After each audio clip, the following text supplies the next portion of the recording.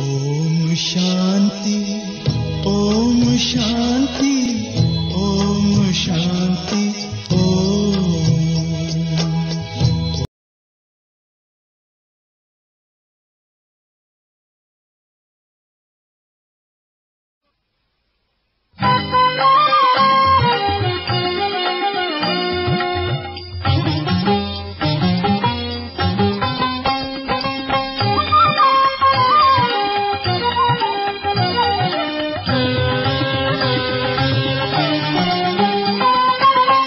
ಸಾವಿರ ವರುಷಗಳಿಂದ ಅಗಲಿದ ಮಕ್ಕಳನ್ನು ಮಿಲನ ಮಾಡಲು ಬಂದಿಹೆ ನಾನು ತಂದೆ ಶಿವನು. 5,000 ವರುಷಗಳಿಂದ ಅಗಲಿದ ಮಕ್ಕಳನ್ನು ಮಿಲನ ಮಾಡಲು ಬಂದಿಹೆ ನಾನು ತಂದೆ ಶಿವನು. ಮುದ್ದು ಮಕ್ಕಳೇ ಮಧುರ ಮಕ್ಕಳೇ ಅರಿಯಿರಿ ನನ್ನನ್ನು, ಬ್ರಹ್ಮನ ತನುಬಲಿ ಕುಳಿತಿಹೆ ನಾನು ತಿಳಿಯಿರಿ ಸತ್ಯವನು. ನಾನೇ ತಿಳಿಸುವ ಜ್ಞಾನದ ಮುರುಳಿಯ ಕೇಳಿರಿ ನೀವಿನ್ನು, ಆತ್ಮನ ಅರಿತು ದೇಹವ ಮರೆತು ನೆನೆಯಿರಿ ನನ್ನನ್ನು. 5,000 ವರುಷಗಳಿಂದ ಅಗಲಿದ ಮಕ್ಕಳನ್ನು ಮಿಲನ ಮಾಡಲು ಬಂದಿಹೆ ನಾನು ತಂದೆ ಶಿವನು.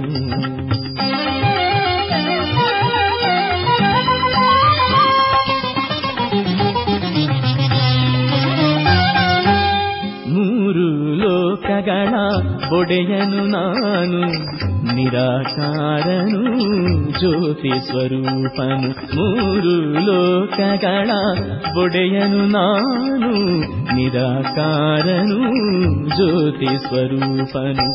ಮೂಲ ಲೋಕದಲ್ಲಿ ನೆನೆಸಿರುವವನು, ಮೂಲ ಲೋಕದಲ್ಲಿ ನೆನೆಸಿರುವವನು.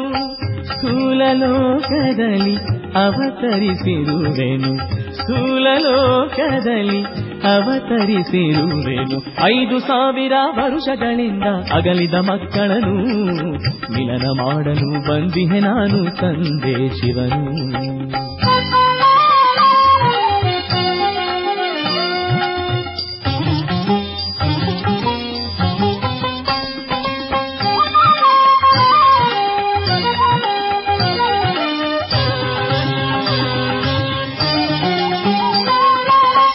ಅಜ ಅಜನ್ಮನು ಅಕಾಯ ಅಭೋಕ್ತನು, ಅವಿನಾಶಿ ಅಶರೀರಿ ಅವಿಭಾಜ್ಯನು. ಅಜ ಅಜನ್ಮನು ಅಕಾಯ ಅಭೋಕ್ತನು, ಅವಿನಾಶಿ ಅಶರೀರಿ ಅವಿಭಾಜ್ಯನು. ಜನನ ಮರಣದ ಚಕ್ರದಿ ಮುಕ್ತನು, ಜನನ ಮರಣದ ಚಕ್ರದಿ ಮುಕ್ತನು. ಮಾನವ ವೃಕ್ಷದ ಬೀಜ ಸ್ವರೂಪನು, ಮಾನವ ವೃಕ್ಷದ ಬೀಜ ಸ್ವರೂಪನು. 5,000 ವರುಷಗಳಿಂದ ಅಗಲಿದ ಮಕ್ಕಳನ್ನು ಮಿಲನ ಮಾಡಲು ಬಂದಿಹೆ ನಾನು ತಂದೆ ಶಿವನು.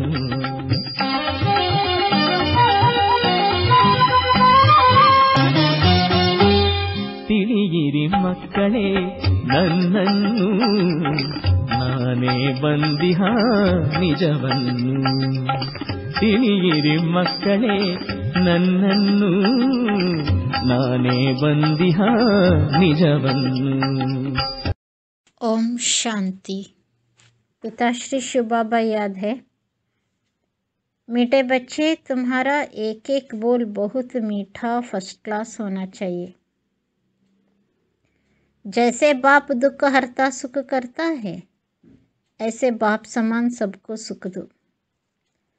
ಬಾಬಾ ಇವತ್ತಿನ ಮಹಾವಾಕ್ಯದಲ್ಲಿ ತಿಳಿಸ್ತಿದ್ದಾರೆ, ಮಧುರ ಮಕ್ಕಳೇ, ನಮ್ಮ ಒಂದೊಂದು ಮಾತು ಬಹಳ ಮಧುರ ಫಸ್ಟ್ ಕ್ಲಾಸ್ ಇರಬೇಕು. ಮಧುರ ಇದ್ರೆ ಮಾತ್ರ ಫಸ್ಟ್ ಕ್ಲಾಸ್. ಜೈಸೆ ಬಾಪ್ ದುಃಖ ಹರ್ತಾ ಸುಖ ಕರ್ತಾ ಹೈ, ಬಾಬಾ ದುಃಖ ಹರ್ತಾ ಸುಖ ಕರ್ತಾ, ಹಾಗೆ ತಂದೆಯ ಸಮಾನ ಸರ್ವರಿಗೂ ಸುಖ ಕೊಡಬೇಕು. ಲೌಕಿಕದಲ್ಲಿರುವಂಥ ಮಿತ್ರ ಸಂಬಂಧಿಕರಿಗೆ ಜ್ಞಾನ ಕೊಡುವ ಯುಕ್ತಿ ಏನು? ಪರಮಾತ್ಮ ದಿನ ಹೇಳ್ತಾರೆ ಜ್ಞಾನ ದಾನ ಮಾಡಬೇಕು. ಹೆಂಗೆ, ಯಾರಿಗೆ ಫಸ್ಟ್ ಜ್ಞಾನ ದಾನ ಮಾಡಬೇಕು? ಫಸ್ಟ್ ಮನೆಯಲ್ಲಿರುವ ರಿಲೇಷನ್ಸ್, ಜೊತೆಗಿರೋ ಫ್ರೆಂಡ್ಸ್, ನೇಬರ್ಸ್ಗಳಿಗೆ ಜ್ಞಾನವನ್ನು ದಾನ ಮಾಡಬೇಕು. कोई भी मित्र संबंधी आदि है तो उससे बहुत नम्रता से, प्रेम भाव से, मुस्कुराते हुए बात करनी चाहिए. ಈಶ್ವರೀಯ ಜ್ಞಾನ ಪ್ರಪಂಚದಿಂದ ದೂರ ಓಡಿ ಹೋಗುವ ಜ್ಞಾನ ಹೇಳುವುದಿಲ್ಲ, ಪ್ರಪಂಚದಲ್ಲಿ ವಿಜಯಿಗಳಾಗಿ ಬದುಕುವ ವಿಧಿಯನ್ನು ಹೇಳಿಕೊಡ್ತದೆ. ನೋಡಿ, ಪರಮಾತ್ಮ ತಿಳಿಸ್ತಿದ್ದಾರೆ, ಒಂದು ಫ್ಯಾಮಿಲಿಯಲ್ಲಿ ಹೇಗಿರಬೇಕು, ನಮ್ಮ ಎಲ್ಲ ರಿಲೇಷನ್ಸು ಫ್ರೆಂಡ್ಸ್ ಜೊತೆಗೆ ಹೇಗಿರಬೇಕು. ಇಂಪಾರ್ಟೆಂಟ್ ಪಾಯಿಂಟ್, ನಮ್ರತಾ ಸೇ ರಹನಾ ಹೇ. ಪರಮಾತ್ಮ ಹೇಳ್ತಾರೆ ಅವ್ರ ಜೊತೆಗೆ ವಿನಮ್ರವಾಗಿರಬೇಕು. ಸ್ಟೇಟಸ್ಸು, ಅಧಿಕಾರ, ಪ್ರಾಪರ್ಟಿ, ವಿದ್ಯೆಯ ಕಂಪ್ಯಾರಿಸನ್ನಿನ ದ್ವೇಷ ಘೃಣತೆಯಲ್ಲಿ ಬರಬಾರದು. ಅಹಂಕಾರದ ಕಿಚ್ಚಿನಲ್ಲಿ ಬುದ್ಧಿ ಭ್ರಷ್ಟ ಮಾಡಿಕೊಳ್ಳಬಾರದು. ಬಹಳ ನಮ್ರತೆಯಿಂದಿರಬೇಕು, ಪ್ರೇಮ ಭಾವದಿಂದಿರಬೇಕು. ಪ್ರೇಮ ಕೊಡ್ತಾ ಇರಬೇಕು, ಆತ್ಮಿಕ ಪ್ರೇಮ, ಆತ್ಮಿಕ ಸ್ನೇಹ, ಆತ್ಮೀಯತೆ. ಅವರಿಂದೇನೋ ನಿರೀಕ್ಷಿಸಬಾರ್ದು, ಶುಭವನ್ನೇ ಬಯಸಬೇಕು.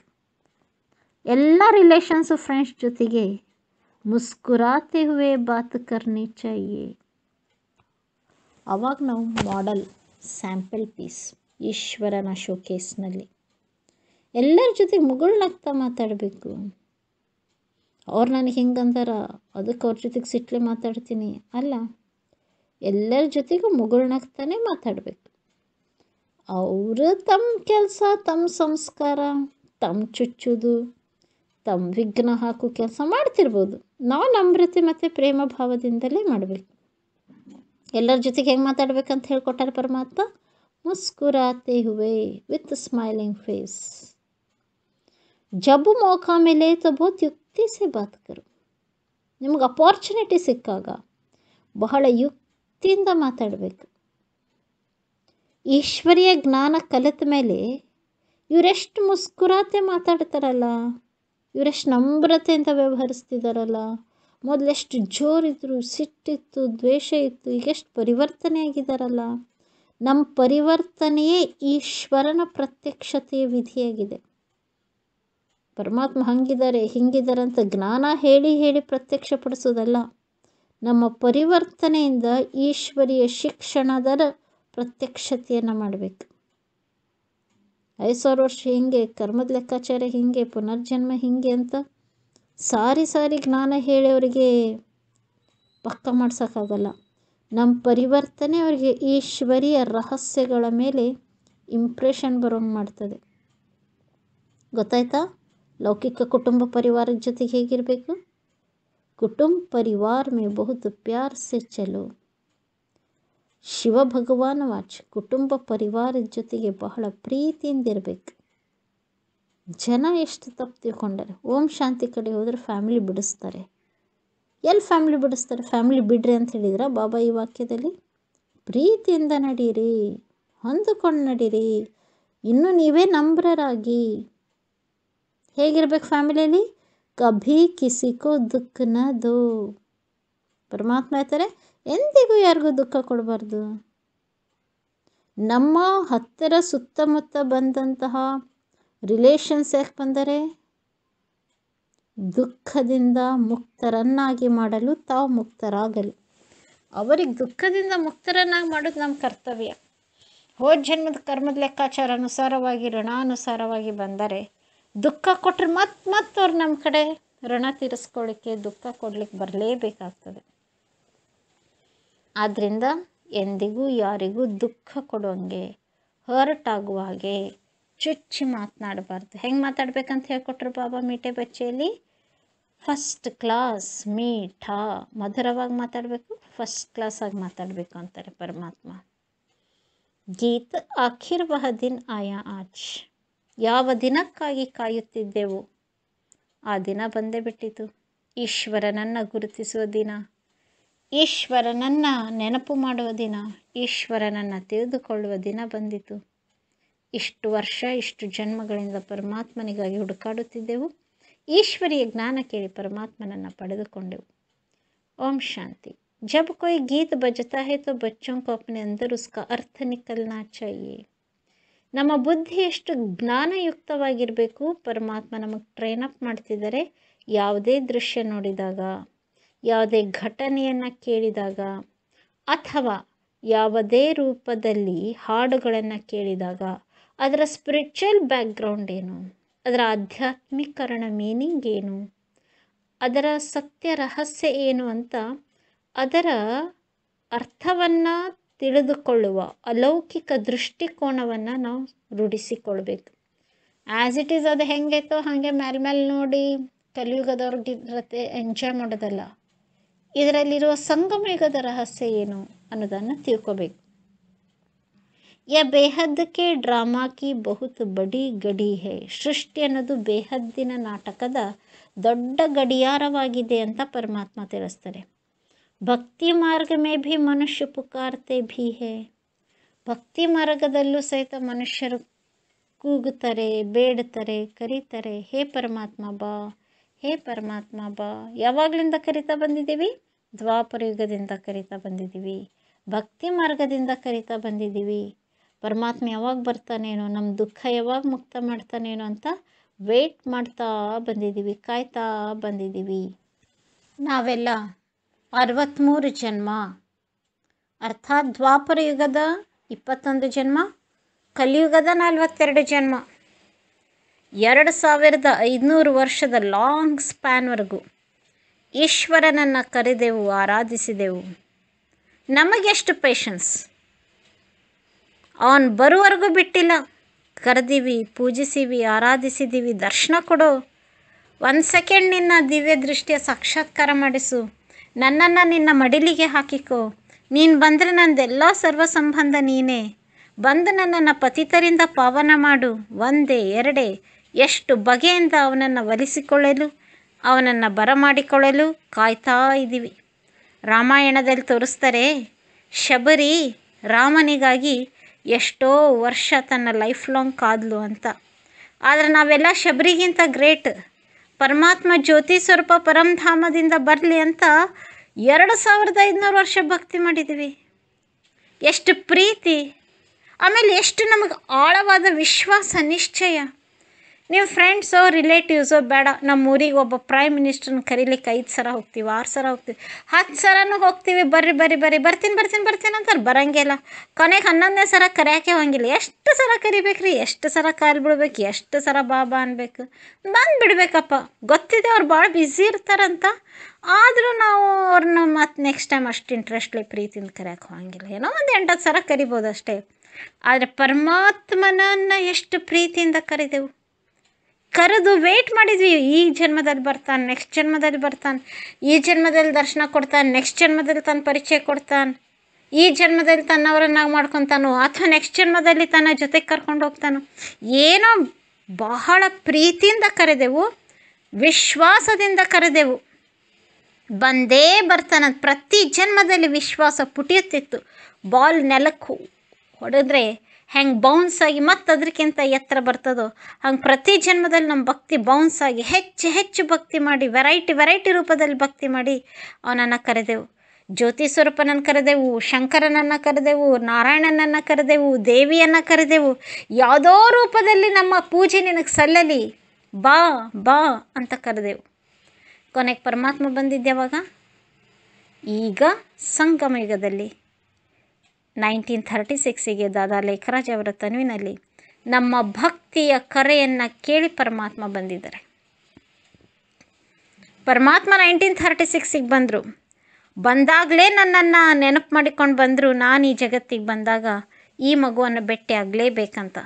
ಆದರೆ ಪ್ರಾಕ್ಟಿಕಲಿ ತಾನು ಬಂದನಿಂದ ಹಿಡಿದು ಇವತ್ತಿನವರೆಗೂ ನಮ್ಮನ್ನು ಸಿಲೆಕ್ಟ್ ಮಾಡಲಿಕ್ಕೆ, ನಮ್ಮನ್ನು ಹುಡುಕಲಿಕ್ಕೆ it has taken so many years. ಅಂತೂ ಇಂತೂ ಗಾಡ್ ಹ್ಯಾಸ್ ಫೈನಲಿ ಅರೈವ್ಡ್. ಪರಮಾತ್ಮ ಈ ಭೂಮಿಗೆ ಬಂದುಬಿಟ್ಟಿದ್ದಾನೆ. ಇದು ನನಗೆ ನಿಶ್ಚಯ ಇರಬೇಕು. ಮಹಾವಾಕ್ಯ ಕೇಳುವಾಗ ಈಶ್ವರನು ನಮಗಾಗಿ ಬಂದಾನೆ ಅಂತ ಯೂನಿವರ್ಸಲ್ಲಿ ನಾನೇನು ತೆಗೆದುಕೊಳ್ಬೇಕಾಗಿಲ್ಲ. ಪರಮಾತ್ಮ ನನಗಾಗಿ ಬಂದಾನೆ, ನನ್ನಂತಿದ್ಲಿಕ್ಕೆ ಬಂದಿದ್ದಾನೆ, ನನಗಾಗಿ ಶಿಕ್ಷಣ ಕೊಡ್ತಿದ್ದಾರೆ. ಮಹಾವಾಕ್ಯದ ಪ್ರತಿಯೊಂದು ವಾಕ್ಯ, ಸಂದೇಶ, ಪರಿವರ್ತನೆಯ ಗೈಡೆನ್ಸ್ ನನಗಾಗಿ. ಸ್ವೀಕಾರ ಮಾಡೋಣ. ಇದೇ ಭಾವನೆಯಲ್ಲಿ ಆ ಮಹಾವಾಕ್ಯಗಳನ್ನು ಧಾರಣೆ ಮಾಡೋಣ. ಏನು ಹೇಳಿದ್ರು ಅದು ನನ್ನ ಒಳಿತಿಗಾಗಿ. ಮೊನ್ನೆ ತಾನೇ ಪರಮಾತ್ಮ ಮಹಾವಾಕ್ಯದಲ್ಲಿ ಹೇಳಿದರು, ಪ್ರತಿನಿತ್ಯ ಚಾರ್ಟ್ ಇಡಿ, ಚಾರ್ಟ್ ಇಟ್ಟರೆ ನಿಮ್ಮ ಪುರುಷಾರ್ಥ ಇನ್ಕ್ರೀಸ್ ಆಗ್ತದೆ. ಕ್ಲಾಸ್ ಕೇಳಿದೆವು ಬಿಟ್ಟೆವು ಅಲ್ಲ, ಕೇಳಿರುವ ಕ್ಲಾಸನ್ನು ಧಾರಣೆ ಮಾಡಬೇಕು. ಚಾರ್ಟ್ ಪ್ರಿಂಟೌಟ್ ತಕ್ಕೋಬೇಕು, ದಿನ ಬರಿಬೇಕು. ನಾ ಚಾರ್ಟ್ ಬರಿತೀನೋ ಬಿಡ್ತೀನೋ ಯಾರು ನೋಡ್ತಾರೆ? ಏನು ಸೇವಾ ಕೇಂದ್ರಕ್ಕಂತೂ ಹೊಂಟಿಲ್ಲ, ಅಕ್ಕಂದಿರಂತೂ ನೋಡೋದಿಲ್ಲ, ಇನ್ನು ಪರಮಾತ್ಮನಿಗಂತೂ ನೋಡೋಕ್ಕಾಗೋದಿಲ್ಲ, ಅವನಿಗೆ ದೇಹ ಇಲ್ಲ ಅಂತ ನೆಗ್ಲೆಕ್ಟ್ ಮಾಡಿದರೆ ನಮ್ಮ ಭವಿಷ್ಯವನ್ನು, ನಮ್ಮ ಭಾಗ್ಯವನ್ನು, ನಾವೇ ಅದೃಷ್ಟವನ್ನು ಕೆಡಿಸಿಕೊಂಡಂತೆ, ದುರಾದೃಷ್ಟ ಮಾಡಿಕೊಂಡಂತೆ. ನಾವೇನು ಪರಮಾತ್ಮನಿಗೂ ಅಲ್ಲ ಅಥವಾ ಇನ್ನು ಅಕ್ಕಂದಿರಿಗೂ ಅಲ್ಲ, ತಮಗೆ ತಾವೇ ಮೋಸ ಮಾಡಿಕೊಂಡಂತೆ. ಚಾರ್ಟ್ ಇಡಿ, ಚಾರ್ಟ್ ಇಟ್ಟು ನೋಡಿ ಎಷ್ಟು ಬೆಸ್ಟ್ ಡೆವಲಪ್ಮೆಂಟ್. ಇನ್ನು ಯಾರ್ಯಾರು ಪ್ರಿಂಟೌಟ್ ತಗೊಂಡಿಲ್ಲ ತಕ್ಕೊಳ್ಳಿ, ಅಥವಾ ನಿಮ್ಮ ಆ ಚಾರ್ಟನ್ನು ನಿಮ್ಮ ಮೊಬೈಲ್ನಲ್ಲೇ ಫ್ರೇಮ್ ಅಪ್ ಮಾಡಿ ನೀವೇ ಅದನ್ನು ದಿನ ಮೊಬೈಲ್ನಲ್ಲೇ ಫಿಲಪ್ ಮಾಡಿ. ಅದು ಒಂದು ಎಂಥ್ಯೂಸೈಸಮ್, ಪುರುಷಾರ್ಥ ಮಾಡಲು ಸೆಲ್ಫ್ ನನಗೆ ನನ್ನ ಮೇಲೆ ಎಚ್ಚರಿಕೆಯನ್ನು ನೀಡ್ತದೆ.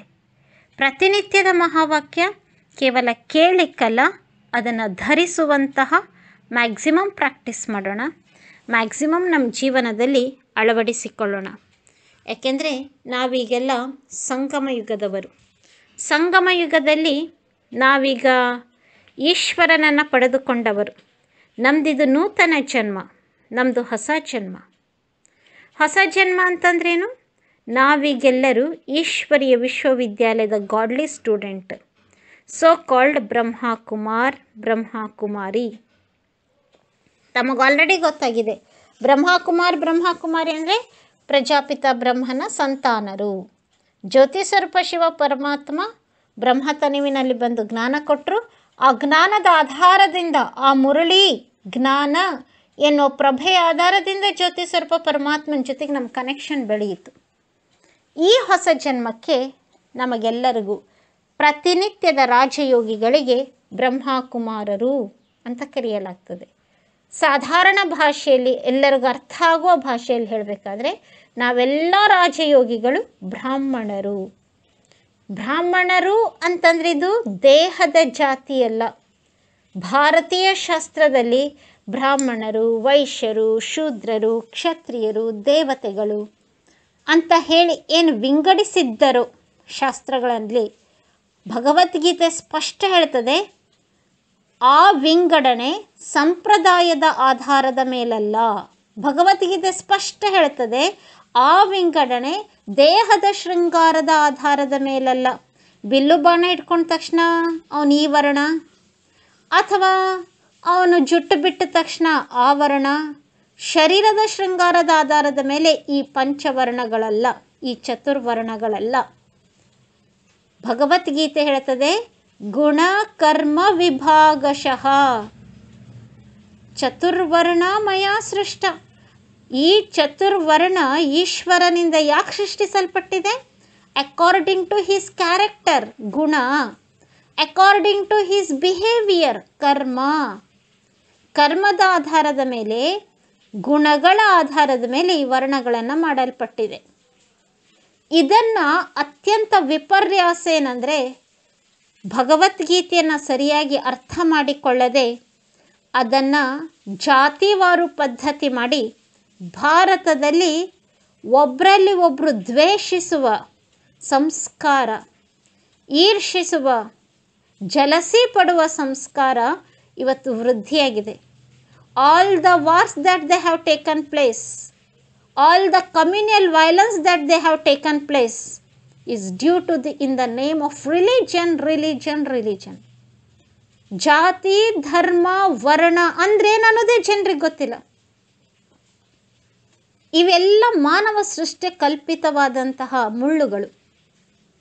ಗುಣ ಮತ್ತು ಕರ್ಮದಿಂದ ಮನುಷ್ಯನ ಪ್ರಭುತ್ವವನ್ನು, ಮನುಷ್ಯನಲ್ಲಿರುವಂತಹ ಮೆಚುರಿಟಿಯನ್ನು ಅಳಿಬೇಕೇ ವಿನಃ ಸ್ಥೂಲವಾದಂಥ ಅವನು ಯಾವ ಆಕ್ಯುಪೇಷನ್ ಮಾಡ್ತಿದ್ದಾನೋ, ಅಥವಾ ಸ್ಥೂಲವಾದಂತಹ ಅವನು ಯಾವ ಶೃಂಗಾರ ಮಾಡ್ಕೊಂಡಿದ್ದಾನೋ, ಜುಟ್ಟು ಬಿಟ್ಟಾನೋ, ಟೋಪಿ ಹಾಕೊಂಡಾನೋ, ಗಡ್ಡ ಹಾಕೊಂಡಾನೋ, ಶಿವದಾರ ಹಾಕೊಂಡಾನೋ, ಜನವಾರ ಹಾಕೊಂಡಾನೋ, ಇದ್ರ ಮೇಲೆ ನಾವು ಯಾವ ವ್ಯಕ್ತಿಯ ವರ್ಣವನ್ನು ನಾವು ಐಡೆಂಟಿಫೈ ಮಾಡಬಾರ್ದು ಅನ್ನೋದು ಭಗವದ್ಗೀತೆಯ ತುಂಬ ಸಾರಿದೆ. ಶ್ಲೋಕ ಹೇಳೋರಿಗೆ ಕಡಿಮೆ ಇಲ್ಲ, ಶ್ಲೋಕ ಕೇಳೋರ್ಗಂತೂ ಕಡಿಮೆ ಇಲ್ಲ. ಟಿವ್ಯಾಗ ಸೀರಿಯಲ್ ನೋಡೋರ್ಗಂತೂ ಭಗವದ್ಗೀತೆ ಬಗ್ಗೆನೋ ಮಹಾಭಾರತದ ಬಗ್ಗೆ ಅದು ಕೊರತೆನೇ ಇಲ್ಲ. ಬೇಕಾದಷ್ಟು ಜನ ವ್ಯೂವರ್ಸ್ ಇದ್ದಾರೆ, ಯೂಟ್ಯೂಬ್ನಲ್ಲೂ ನೋಡ್ತಾರೆ. ಅರ್ಥ ಇಲ್ಲ, ಧಾರಣೆ ಅಂತೂ ಮೊದಲೇ ಇಲ್ಲ. ಸರಿಯಾದ ಅರ್ಥದಲ್ಲಿ ನಮ್ಮ ಹಿರಿಯರು ಈ ವರ್ಣಗಳನ್ನು ಯಾಕೆ ಮಾಡಿದ್ದಾರೆ ತಿಳಿದುಕೊಳ್ಳೋಣ. ತಮಗೆಲ್ಲ ಗೊತ್ತಿರುವಂತೆ ಜಗತ್ತಿನ ಪ್ರತಿ ವಸ್ತುಗಳು 3 ಗುಣಗಳನ್ನು ಹೊಂದಿದ್ದಾವೆ: ಸಾತ್ವಿಕ, ರಾಜಸಿಕ, ತಾಮಸಿಕ. ಎವ್ರಿಥಿಂಗ್ ಈ 3 ಸ್ಟೇಜಸ್ನಲ್ಲಿ ಪಾಸ್ ಆಗಲೇಬೇಕು. ಒಂದು ಮನೆ ಇದೆ, ಹೊಸದಾಗಿ ಕಟ್ಟಿವಿ, ನೋ ರಿಪೇರ್ಸ್, ಸಾತ್ವಿಕ. ಯೂಸ್ ಮಾಡ್ತಾ ಬಂದಿದ್ದೀವಿ, ಅಲ್ಲಲ್ಲೊಂಚೂರು ಕಿಟಕಿ, ಅಲ್ಲೊಂದೊಂಚೂರು ಬಾಕ್ಲ, ಲೈಟು, ವೈರಿಂಗ್ ಎಲ್ಲೋ ಕೆಡ್ತಾ ಬಂತು, ರಾಜಸಿಕ. ಹೊತ್ಕೊಂಡು ಬೀಳೋ ಅಷ್ಟು ಬಿಂದಿದೆ, RCC ಬೀಳಾಕತ್ತೈತಿ, ತಾಮಸಿಕ. ನ್ಯಾಚುರಲ್. ಪ್ರತಿ ವಸ್ತುವಿಗೂ, ಪ್ರಕೃತಿಗೂ, ವ್ಯಕ್ತಿಗೂ, ಆತ್ಮಗಳಿಗೂ ಈ ಗುಣ ಇದೆ. ಸಾತ್ವಿಕದಲ್ಲೂ ಬರದೇ ಇರುವವನು, ರಾಜಸಿಕದಲ್ಲಿ ಸಿಲುಕಿ ಹಾಕಿಕೊಳ್ಳದೇ ಇರೋನು, ತಾಮಸಿಕದಲ್ಲಿ ಬೀಳದೇ ಇರೋನು, 3ರಲ್ಲೂ ಬರದೇ ಇರೋನು ಒಬ್ಬನೇ ತ್ರಿಗುಣಾತೀತ ಪರಮಾತ್ಮ. ತಮೋಪ್ರಧಾನರನ್ನು ಸತೋಪ್ರಧಾನ ಮಾಡುವ ಗುಣ ಕೆಪಾಸಿಟಿ ಪರಮಾತ್ಮನಿಗಿದೆ. ಒಂದಾನೊಂದು ಕಾಲದಲ್ಲಿ ಸತ್ಯುಗದಲ್ಲಿ ನಾವು ಆತ್ಮಗಳು ಪರಂಧಾಮದಿಂದ ಪಾತ್ರ ಮಾಡಲಿಕ್ಕೆ ಬಂದೆವು. ಖಾಂಡದಲ್ಲಿದ್ದೆವು, ಕಲ್ಪವೃಕ್ಷದಲ್ಲಿ. ಸತ್ಯುಗದಲ್ಲಿದ್ವಿ, ಈ ಜಗತ್ತಿನಲ್ಲಿ ಭಾರತದಲ್ಲಿದ್ವಿ. ದೇವತಾ ಸಾಮ್ರಾಜ್ಯ ಇದ್ದಾಗ ಆತ್ಮ ಫುಲ್ ಪ್ಯೂರ್, ಸರ್ವಗುಣ ಸಂಪನ್ನ, ಮರ್ಯಾದಾ ಪುರುಷೋತ್ತಮ, ಸೋಲಾಕಲಾ ಸಂಪೂರ್ಣ. ವೆರಿ ಇಂಪಾರ್ಟೆಂಟ್ ಗುಣ, ಡಬಲ್ ಅಹಿಂಸಕ. ಶರೀರದಿಂದಲೂ ಮನಸ್ಸಿನಿಂದಲೂ ಹಿಂಸೆ ಮಾಡ್ತಿರಲಿಲ್ಲ, ಕಾಮ ವಿಕಾರದಲ್ಲೂ ಸಿಲುಕಿಕೊಳ್ತಿರಲಿಲ್ಲ, ಕ್ರೋಧದಿಂದಲೂ ಹಿಂಸೆ ಮಾಡ್ತಿರಲಿಲ್ಲ. ಸೊ ಡಬಲ್ ಅಹಿಂಸಕರಾಗಿದ್ದೆವು. ಆತ್ಮ ಪೂರ್ಣ ಸತೋಪ್ರಧಾನ ಸ್ಟೇಜಸ್ನಲ್ಲಿತ್ತು, 100% ಸತೋಪ್ರಧಾನ. ಸಾತ್ವಿಕ ಗುಣ ಫುಲ್ ಇತ್ತು. ರಾಜಸಿಕ ತಾಮಸಿಕ ಆ ಸಮಯದಲ್ಲಿ ಕಂಪ್ಲೀಟ್ಲಿ ಅದು ಮರ್ಜ್ ಆಗಿತ್ತು.